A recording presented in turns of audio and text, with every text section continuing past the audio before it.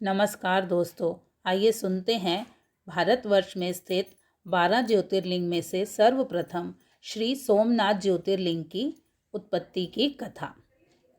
यह ज्योतिर्लिंग सोमनाथ नामक विश्व प्रसिद्ध मंदिर में स्थापित है। यह मंदिर गुजरात राज्य के काठियावाड़ क्षेत्र में समुद्र के किनारे स्थित है। पहले यह क्षेत्र प्रभास क्षेत्र के नाम से जाना जाता था। यहीं पर भगवान श्री कृष्ण ने जरा नामक व्याध के बाण को निमित्त बनाकर अपनी लीला समाप्त की थी। यहाँ के ज्योतिर्लिंग की कथा पुराणों में इस प्रकार दी गई है। दक्ष प्रजापति की 27 कन्याएं थीं।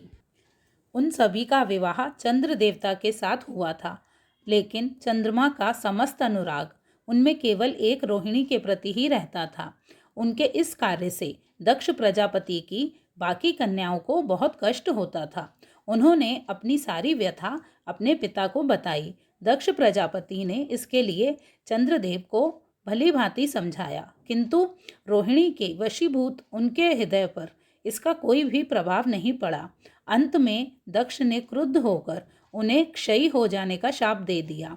इस शाप के कारण चंद्रदेव तत्काल ही क्षयग्रस्त हो गए। उनके क्षयग्रस्त होते ही पृथ्वी पर सुधा, शीतलता, वर्षण का उनका सारा काम रुक गया और चारों ओर त्राही त्राही मच गई। चंद्रमा भी बहुत दुखी थे और चिंतित भी थे। उनकी प्रार्थना सुनकर इंद्र आदि देवता तथा वशिष्ठ आदि ऋषिगण उनके उद्धार के लिए पितामह ब्रह्मा जी के पास गए। सारी बातें सुनकर ब्रह्मा जी ने कहा, चंद्रमा अपने शाप विमोचन के लिए अन्य देवताओं के साथ पवित्र प्रभास क्षेत्र में जाकर मृत्युंजय भगवान की आराधना करें। उनकी कृपा से अवश्य ही इनका शाप नष्ट हो जाएगा और ये रोग मुक्त भी हो जाएंगे। उनके कथनानुसार चंद्रदेव ने मृत्युंजय भगवान की आराधना का सारा कार्य पूरा किया। उन्होंने घोर तपस्या करते हुए 10 करोड़ महामृत्युंजय मंत्र का जाप किया। इससे प्रसन्न होकर मृत्युंजय भगवान शिव ने उन्हें अमरत्व का वर प्रदान किया। उन्होंने कहा, चंद्रदेव तुम शोक ना करो, मेरे वर से तुम्हारा शाप मोचन तो होगा ही साथ प्रजापति दक्ष के वचनों की रक्षा भी हो जाएगी। कृष्ण पक्ष में प्रतिदिन तुम्हारी एक एक कला क्षीण होगी, किंतु पुनः शुक्ल पक्ष में उसी क्रम से तुम्हारी एक एक कला बढ़ती जाएगी। इस प्रकार प्रत्येक पूर्णिमा को तुम्हें पूर्ण चंद्रत्व प्राप्त होता रहेगा। चंद्रमा को मिलने वाला पितामह ब्रह्मा जी के इस वरदान से सारे लोकों के प्राणी प्रसन्न हो उठे। सुधाकर चंद्रदेव पुनः 10 दिशाओं में सुधा वर्षण का कार्य पूर्ववत करने लगे।